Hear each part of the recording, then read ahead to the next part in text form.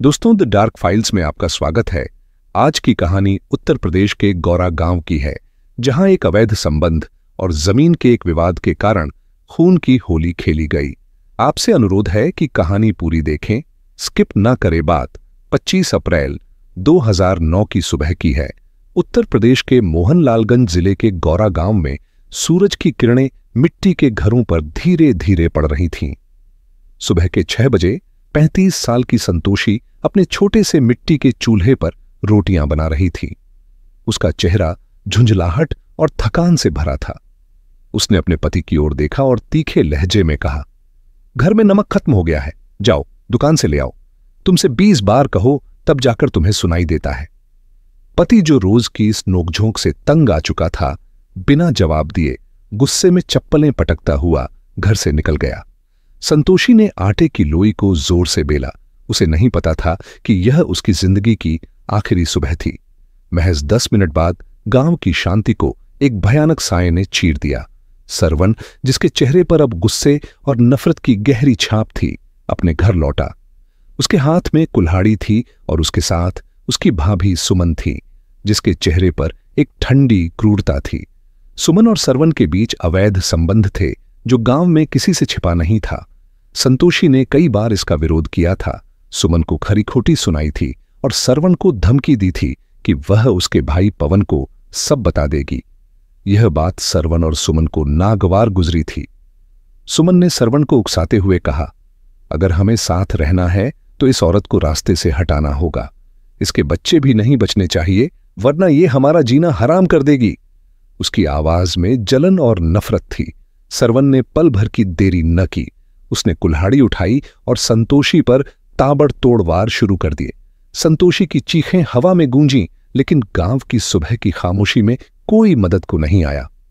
उसका शरीर खून से लथपथ मिट्टी के फर्श पर गिर पड़ा। उसकी आंखें अभी भी आश्चर्य और दर्द से खुली थीं। तभी संतोषी का 6 साल का बेटा रामस्वरूप मां की चीख सुनकर दौड़ता हुआ आंगन में आया। उसकी मासूम आंखों में डर और हैरानी थी। वह कुछ बोल पाता उससे पहले सरवन ने कुल्हाड़ी से उसके शरीर को 2 टुकड़ों में बांट दिया। फिर 3 साल की सुमिरन की बारी आई। वह अपने गुड़िया के साथ खेलते हुए आंगन में पहुंची, लेकिन कुल्हाड़ी के एक वार ने उसका सिर धड़ से अलग कर दिया। उसका नन्हा सा शरीर जमीन पर लुढ़क गया। आंगन में खून का समंदर बह रहा था। मिट्टी लाल रंग से रंग चुकी थी।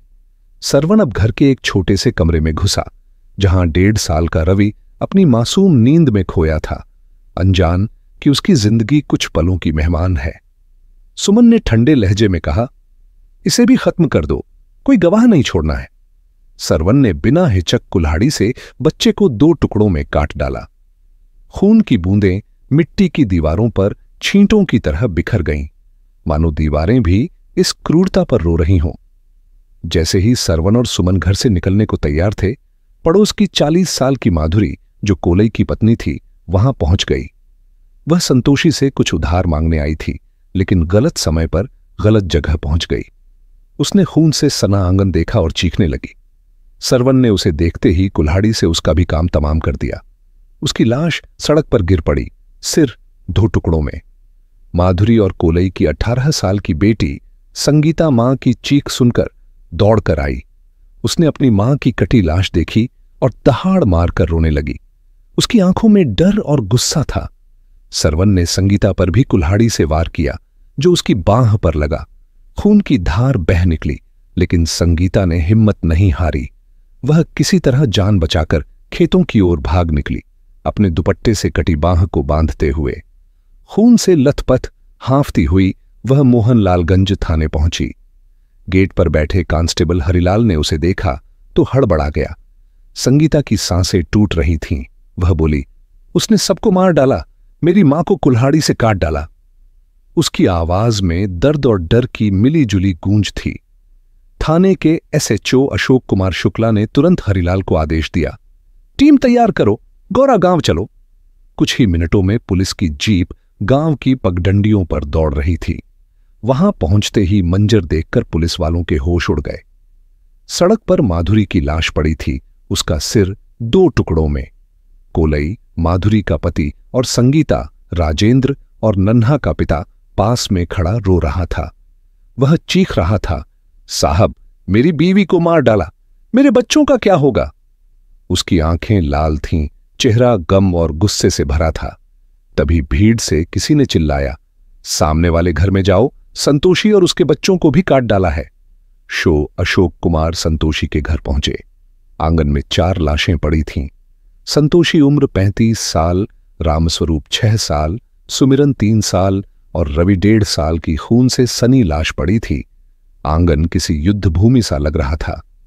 मिट्टी की दीवारों पर खून के छींटे चीख चीख कर उस भयावह मंजर की कहानी सुना रहे थे। पुलिस ने तुरंत लाशों को पोस्टमार्टम के लिए भेजा। कोलई से पूछताछ में उसने बताया कि वह खेत में काम कर रहा था। तभी एक ग्रामीण ने दौड़कर उसे बताया कि उसकी पत्नी माधुरी को काट डाला गया है। जब वह घर पहुंचा तो माधुरी की लाश सड़क पर पड़ी थी। उसने यह भी बताया कि सरवन के सुमन के साथ अवैध संबंध थे। पुलिस की नजर अब सरवन और सुमन पर गई। भीड़ में से एक व्यक्ति ने दबी जुबान में बताया कि सरवन और उसका बड़ा भाई पवन सगे भाई थे। पवन जब खेत में काम करने जाता था तब सरवन सुमन के पास पहुंच जाता था। संतोषी ने कई बार इसका विरोध किया था, जिसके चलते सरवन और संतोषी के बीच झगड़े आम थे। इसके अलावा कोलई और सरवन के बीच 5 बीघा जमीन को लेकर भी पुराना विवाद था। सरवन की नजर कोलई की 1 बीघा जमीन पर थी और उसने कई बार कोलई को धमकी दी थी कि वह उसकी जमीन हड़प लेगा। पुलिस ने पवन के घर का दरवाजा खटखटाया। अंदर से सुमन की कांपती आवाज आई, मैंने कुछ नहीं किया, मुझे छोड़ दो। दरवाजा नहीं खुला तो कांस्टेबल हरिलाल ने उसे तोड़ दिया। सुमन को बाहर खींचा गया।